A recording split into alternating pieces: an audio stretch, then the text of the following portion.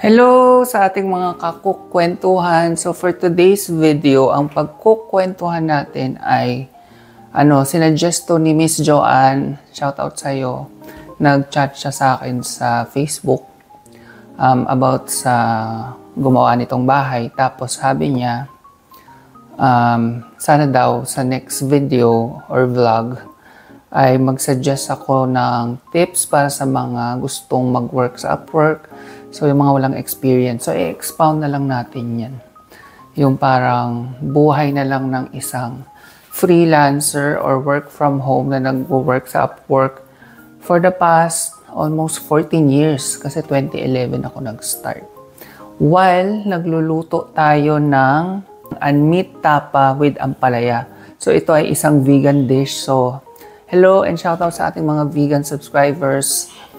Ang version na to hango sa beef with ampalaya. So ito shortcut na lang kasi meron naman ng unmeat na tapa. So para na siyang beef din. So ang ating mga ingredients, syempre yung star ng ating unmeat tapa with ampalaya. Ayan yung unmeat. Mabibili ito sa Pure Gold. I think sa ibang supermarket available din siya. Pero so far sa Pure Gold ako bumibili. And syempre yung ating ampalaya na ibinabad ko na sa tubig para mabawasan yung mga pesticides na in-spray dyan.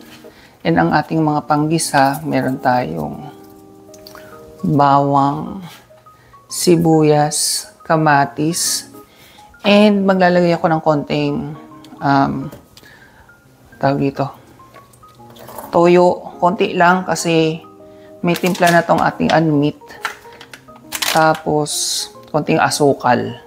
Ayun lang. Napakadali. Ayan, madalas ko tong gawin sa vlog. So, yung iba sa inyo napanood na to.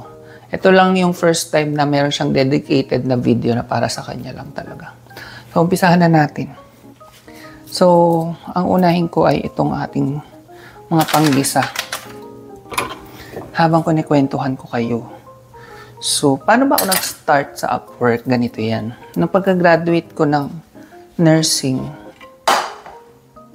na-realize ko na hindi ko pala siya gustong i-practice. So, tinapos ko na lang talaga siya. And then, sabi ko, natikman ko na kasing mag-work sa BPO.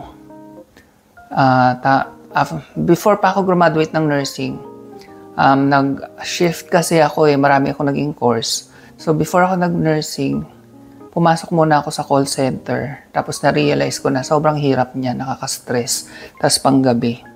So, sabi ko, sige, tapusin ko na lang yung pag-aaral ko. So, yun nga, nag-nurse ako. Tapos, pero after nga nun, ayoko na rin namang bumalik sa call center. Ayoko na rin mag-nurse. So, sabi ko, gusto ko magtrabaho sa bahay. Ang una ko talagang ginagawa nun ay gumagawa ko ng video sa YouTube, pero that time, hindi pa monetize ang YouTube sa Philippines. So, it's purely for fun. Kasi high school pa lang ako, mahilig na akong gumawa ng mga home videos. Binilan ako ni mama ng, yung camera, pero di tape pa. Ayan, alam nyo na yung edad ko. Nung high school kami yun. Tapos mga artista ko, kami magkakaklase sa Oman. Sayang wala na akong footage noon kasi nga VHS tape pa siya that time. So, nawala na. So, yun sabi ko, while doing YouTube, kasi wala namang kinikita doon, nag-search ako kung paano kumita ng nasa bahay lang. Lumabas yung Odesk, which is Upwork na ngayon. Wala pang Pilipino sa Odesk doon. Or, I think sobrang konti. Kasi nung nagpa-meeting yung Odesk that time, na nag-work na ako sa Odesk, wala pa kaming 20. So, isa ako sa first nag-sign up sa Odesk na Pilipino. Inaral ko siya. Lahat naman ng bagay kailangan mong aralin. So, isa na to sa tips na mabibigay ko sa mga walang experience. Aralin mo kung ano ba yung gusto mo. Gusto mo ba na maging virtual assistant? Sobrang dami ng virtual assistant ngayon. So, dapat may specialization ka. Either ako ang specialization ko talaga lead generation. Tapos yung outreach sa social media, yung makikipag-usap sa influencers. makikipag-deal ka sa kanila. Yun yung isa ko sa sa isang niche ko. Tapos, although, kaya ko rin naman gumawa ng general VA, yung kahit anong ipagawa sa akin. Yun. Or, may mga VA na sa Amazon. Nag-enroll din ako ng Amazon VA, hindi ko pa nga lang natatapos. Meron ding medical VA. Sinasuggest nga ni James na pumasok akong medical VA kasi graduate naman ako ng nursing. Iniisip ko rin yun, kaso nga lang, ang hirap kasi doon. Yung sa Hello Rach, panggabi. Hindi ko na ata kaya magpanggabi kasi tumatanda na rin ako. Tapos, may high blood ako, baka ma-high blood ako lalo. Pero, pag in case yung sobrang desperate lang ako na wala na talaga akong mahanap, papatusin ko na yung panggabi. Pero habang kaya pa naman na pang umaga, go lang. Although yung work ko sa UK hanggang gabi, hanggang 9 p.m. Pero yung pag sa US kasi yung account mo, tapos gusto nila US hours, hala ka, gabi ka mag-uumpisa hanggang madaling araw. So, dapat prepared ka rin dun. Tapos, sa Upwork, kukumpletuhin mo yung iyong profile. Kailangan masipag ka. Kumpletuhin mo yun hanggang 100% mo. Tapos noon, I think may mga exam dati. I'm not sure kung ngayon meron pang ganun. I-take mo rin yun, mga skills exam kung meron pa. Sa mga data entry, mga ganyan. Tapos yun, pwede ka rin mag-enroll sa mga skills learning na courses na ino-offer. Kagaya ngayon, nag-enroll ako sa Amazon VA, 999 pesos lang yun. Ano na yun? May lifetime support na. Parang 3 years ago pa ako doon or 2 years, magti 3 years na ako doon nag-enroll. Hindi ko pa siya natatapos, pero hanggang ngayon sinusupport pa rin ako. Lalagay ko yung link sa description kung saan ako nag-enroll para kung gusto nyo rin yun. Tapos nun, so mag-apply ka na sa mga work na tingin mo kaya mo, na may skills ka. Kunyari, madali ka nang makaintindi. So, yung mga general VA work na data entry, ayun, ang dami doon, kaso marami ring kalaban. So, ang gagawin mo na lang ay gumawa ka ng parang sample work. Kagaya ako, pag nag-a-apply ako, nag-a-attach ako ng sample work ng mga leads na nakuha ko. Para alam nila na, ay oo, ginawa pala niya to. So, kahit hindi ka naman, kunyari gusto mo ring maging nasa lead generation, sorry, ang ingay ni Yuri. Kunyari gusto mo ring nasa lead generation, gumawa ka ng Google spreadsheet na may 100 leads, kunyari, ng mga influencer na, beauty influencer, ganyan. Andun yung name, link ng Facebook or Instagram, email. So, pag mag-apply ka ng lead generation, yun yung i-share mo sa client. Sorry kung mahaba kaya nga to kukwentuhan eh. Baka naiinip kayo kasi iisang angulo lang. So yun, isang tip yun na lagi ka mag-a-attach ng sample work mo sa mga a-applyan mong trabaho. Tapos, second tip, aray, nahihilam ako dahil sibuyas yung ating hinihiwa. Pag gumagawa ka ng application, huwag sobrang haba. Direct to the point. Kasi ang dami-dami ng binabasang application niyang client natin. Tapos mapahirapan mo pa na nobela yung ipapadala mong application. Teka lang, katinantay ako. So, wag ganun. Ako direct to the point talaga. Sabihin ko, kung kanyari nakalagay yung name niya doon, tawagin mo siya sa first name basis, wag sir. Kung wala naman, sabihin mo na lang, hi or hello. Tapos mag-greet ka, good day, or I hope you're having a great day, or a great week, ganyan. Tapos sabihan mo, I'm interested to apply for this position. I believe na I can excel at this job because i-highlight mo yung strength mo, yung experience mo. Kahit hindi experience online, kung related sa dati mong work. Tapos, sabihin mo, if you have any more questions, just hit me up, ganyan. And I'll be happy to answer all of your questions. Parang ganyan. Basta gandahan mo na lang. May ChatGPT din. Malaking tulong ang ChatGPT. Tapos, kind regards. Harati ka magsasabi ng mga ganon or hoping to hear from you soon. Mga best. Tapos, name mo. Lester. Ganyan. So, yun nga. Ganon lang ako mag-apply. Tapos, napapansin naman lagi yung aking application. Siguro sa 10, 40 to 50% or 4 to 5 ang papansin sa akin. So, okay na yun. Kaysa naman walang papansin sa iyo. Pero kung kunyari, baka dahil may experience na ako, kaya napapansin siya. So, ang chances mo, at least sa 10 may tumingin sa yung 2. Kasi, usually, pag tiningnan ka na nila, nag-message na sila sa iyo, either mag-i-interview na kayo or may itatanong lang siya, pag nasagot mo, bibigyan ka na ng offer. Ganun lang sa Upwork. Kaya, tumagal din ako ng almost 14 years kasi, ayun, medyo madaling makakuha ng works for someone na may experience like me. Hindi ko na sure kung wala ka pang experience kasi sa panahon ngayon, napakadami ng VA or nag-Upwork. Hindi lang sa Philippines, may mga Indian din. Mga ibang lahi. Ultimo mga puti. Nag-Upwork na rin. Yan. So, yun.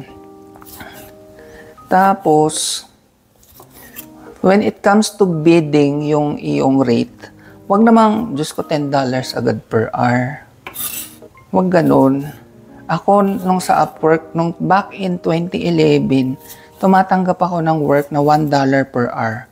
Pero during that time, medyo malaki na ang $1. Tapos, hindi lang isa yung client ko. Pag naka $2 per hour ako nun, ang saya-saya ko na. Siguro mga 2015, nagkaroon ako ng $5 per hour. Ang saya-saya ko na rin kasi ang laki-laki na nun for me. I know sa iba ngayon, sasabihin nila, ang liit naman. Kasi may mga Pilipino ngayon sa Upwork na $20, $25. May mga $50 pa nga eh. Pero wag ganun kasi isipin mo yung kind of work na ginagawa mo. Ano ba yung tamang pay dun? Hindi yung, kunyari ako, nag-source lang ako ng leads, tapos maniningil ako ng $20 per hour. Ang dali-dali nun, hahanap lang ako ng influencers sa online, sa YouTube, sa Instagram. So, ganun. So, ano rin, common sense din sa ganun. I suggest mag-umpisa ka sa, pag wala kang experience, $3 per hour is okay. Pag nakakuha ka na ng work, next time, gawin mo ng 4, 5, hanggang maging $10 per hour ka na. Ganyan. Ako ngayon, $12 per hour yung pinakamalaking bid ko. May nakuha naman ako, pero hindi siya nagtagal. Usually, yung tatagal sa akin ay between 5 to 7. Ganyan. So, hindi naman kalakihan yung sahod ko sa Upwork. Enough lang na may panggastos kami. May work din naman si Mahal. Tapos, nakakapunta kami kung saan-saan. Pambayad ng bills, mga ganyan. So, iniba ko ng konti yung ating angulo para hindi naman yun yun yung nakikita yung angle. Paka-boring. So, pag-usapan naman natin ngayon yung pros and cons ng freelancer or work from home. By the way, nagbabayad ako ng tax ha. Kasi maraming freelancer na hindi nagbabayad ng tax. Aminin ko sa inyo, nung first few years, hindi ako nagbabayad ng tax. Pero dahil nasa Bible yun na kailangan natin magbayad ng tax, nagbayad na rin ako. So, nagpa-file ako ng tax through Taxumo para hindi na ako nahihirapan. Tapos, ang kinuha ko, yung 8% per year.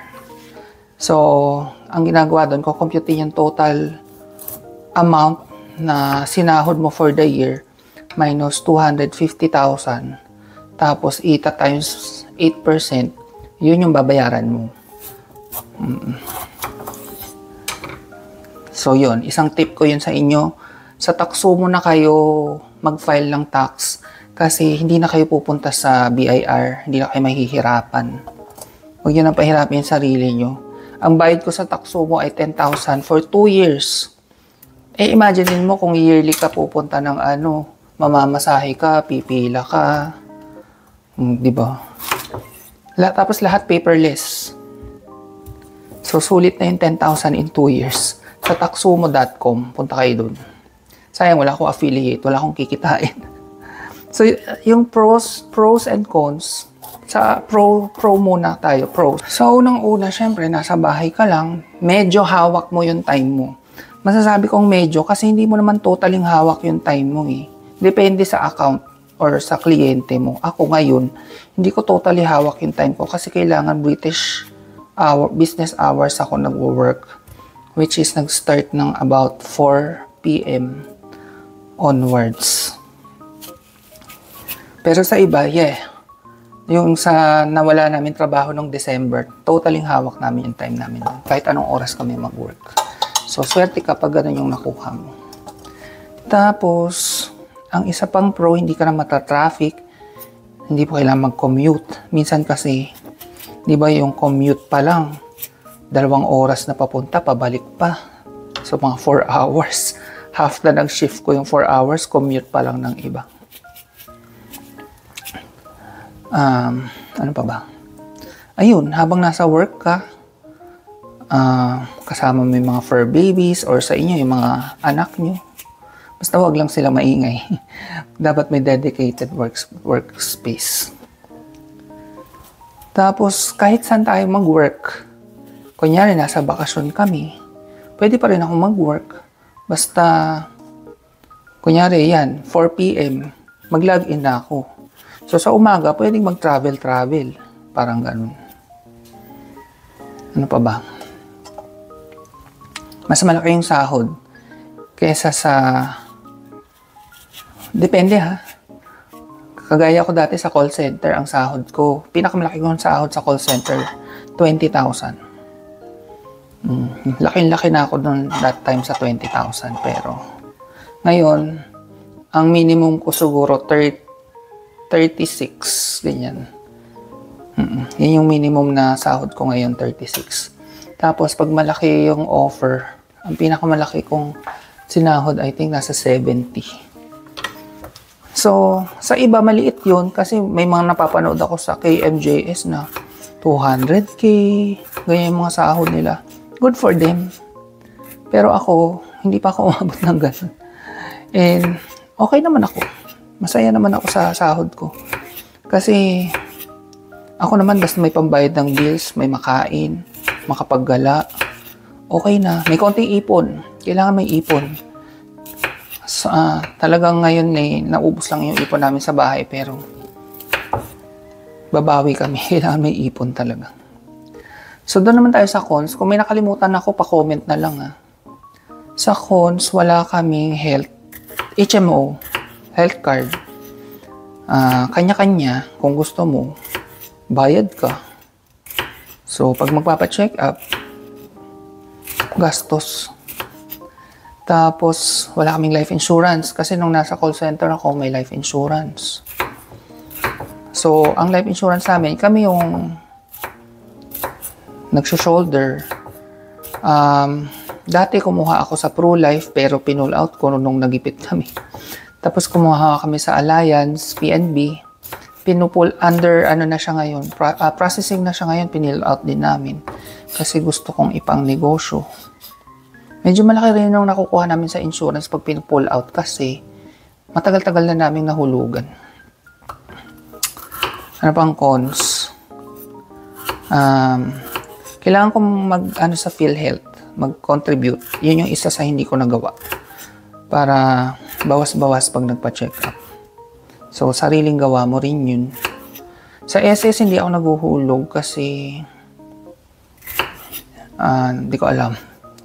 Parang naliliitan ako if ever sa pension. Tapos, ang laki-laki ng ikakaltas sa akin monthly. Parang ganyan. Pero, hindi ko alam. Parang gusto ko na lang i-invest somewhere instead na ilagay sa SS. Pero huwag niyo akong gayahin ha. Kung gusto niyo yun, sige. So, yun nga. Matatawag ko bang con? Isa sa cons yun. Siguro.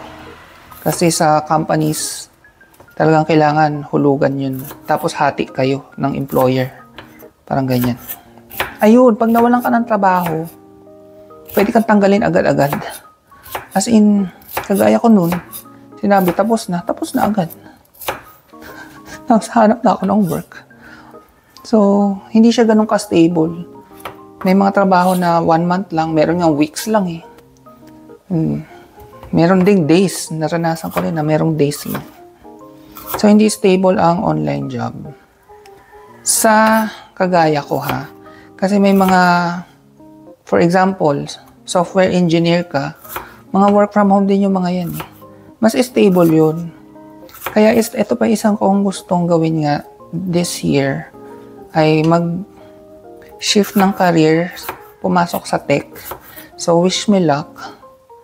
Kasi kukuha ako ng mga courses sa Udemy, Coursera. Gusto ko nga bumalik sa school kaso ang tagal, years.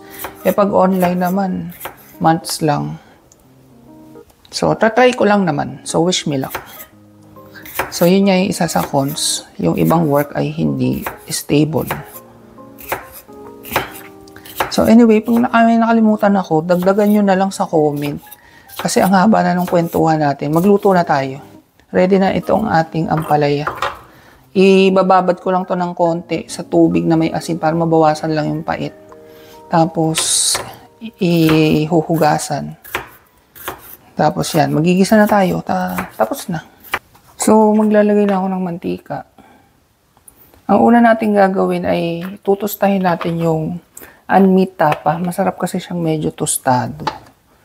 And so, kailangan natin ng medyo maraming mantika dun kasi sumisip-sip siya.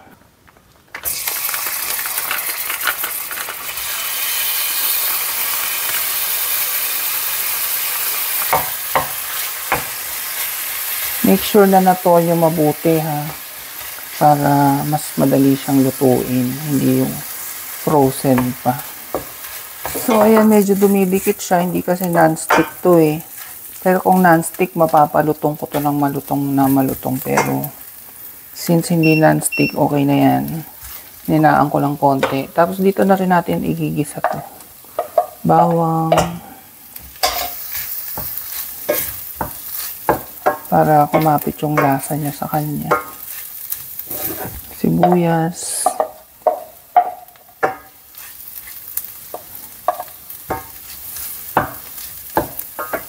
Yung kamatis.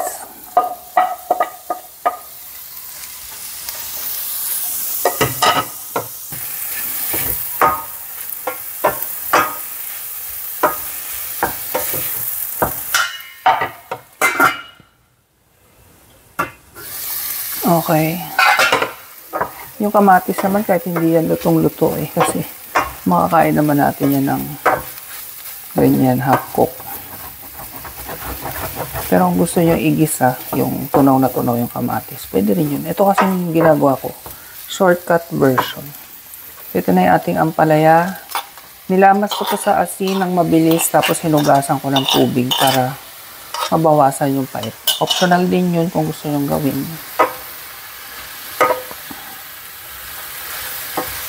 Tapos, maglalagay din pala akong paminta. Hindi ko nasabi kanina. Sabi ko kanina, toyo tsaka asukal, diba? Pero, meron nga pala kaming sweet soy sauce. Ito. Sa SNR namin to binili. Vegan siya. Ang ingredients niya ay soybeans, extract, wheat, sugar, salt. So, ito na lang gagamitin ko. Tapos, hindi na ako maglalagay ng asukal kasi medyo matamis na to. Ginamit ni Mal to sa adobong squid last time. Masarap. So, yun na rin gagamitin ko dito. Sa SNR siya nabibili. Pero since kung wala ka naman kayo niyan pa, toyo tsaka konting asukal. Pwede na. Takpan ko lang para maluto itong ampalaya. Pero wag lutong-luto. Half cook lang.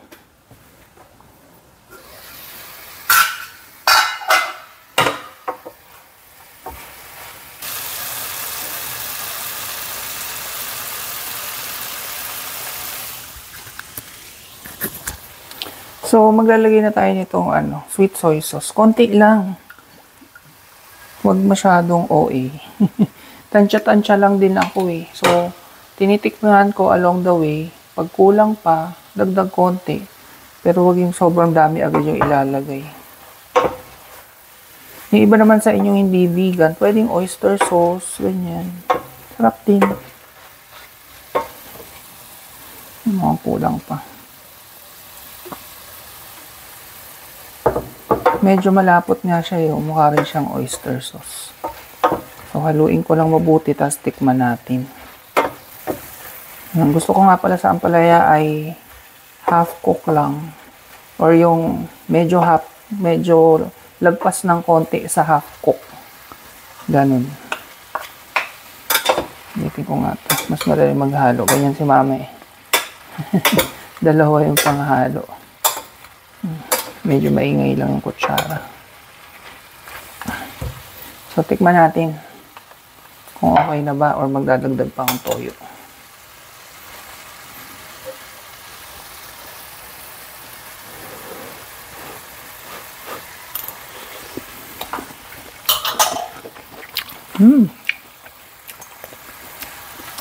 Sakto lang yung pait. Konti pa. Okay na to. Ayan, luto na ang ating, sakto na rin siya. More than half cook na, i-off ko na. Luto na ang ating beef tapa with ampalaya using unmeat.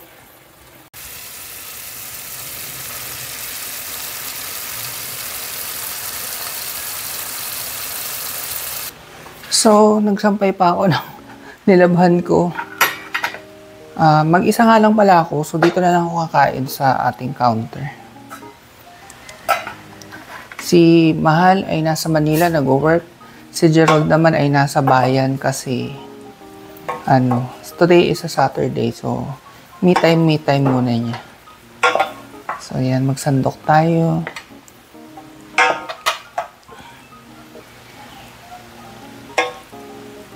Mahilig ako sa ampalaya. As in, favorite ko ang ampalaya kahit mapait siya. Yan na. Pwede ba itong pang thumbnail? Ito dapat yung pinang thumbnail ko. Malamig na, nahahawakan ko na. Kaso nasandukan ko na eh. Ayan. Pwede pa lang pang mukbang dito eh. Para kitang-kita nyo. Oo nga no, kaysa dun sa dining table. Para nakikita yung kinakain ko. Ayan. Let's taste. By the way, today may pasok ako kahit Sabado. Pero sandali lang, mag-check lang ako ng emails tsaka sasagot mamayang 4. Tapos nun, hayahay na tayo sa Monday na uli.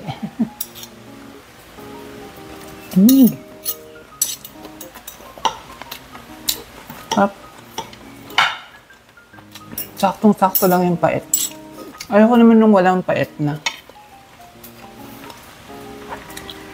Si Mahal, hindi siya mahilig sa ampalaya. Pero kinakain niya pa rin pag naluluto ako kasi low blood siya. So, sabi ko maganda sa kanya to. Sarap.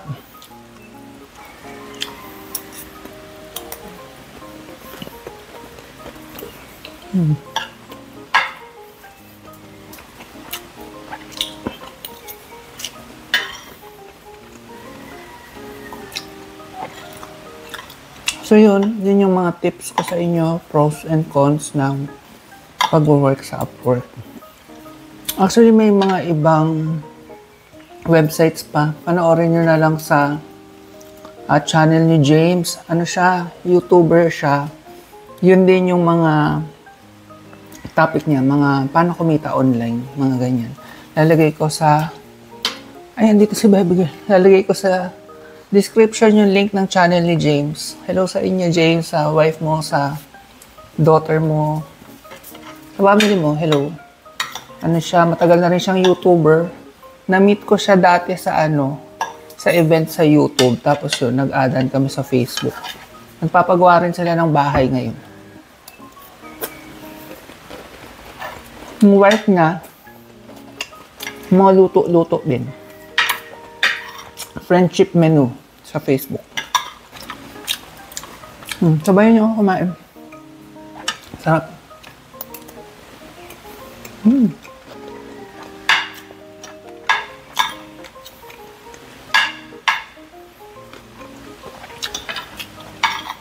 Yung unmeat na tapa, lasa talaga siyang, hindi naman lasa, para talaga siyang beef.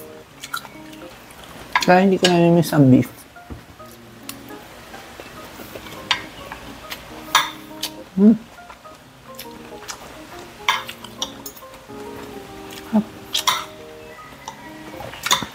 Pag marami-rami akong time minsan, mas komplikado ang mga recipes yung gagawin natin. And mag-suggest kayo ng gusto nyo pagkukwentuhan natin. Salamat na nga pala kay Miss Joanne. Salamat sa pag-suggest.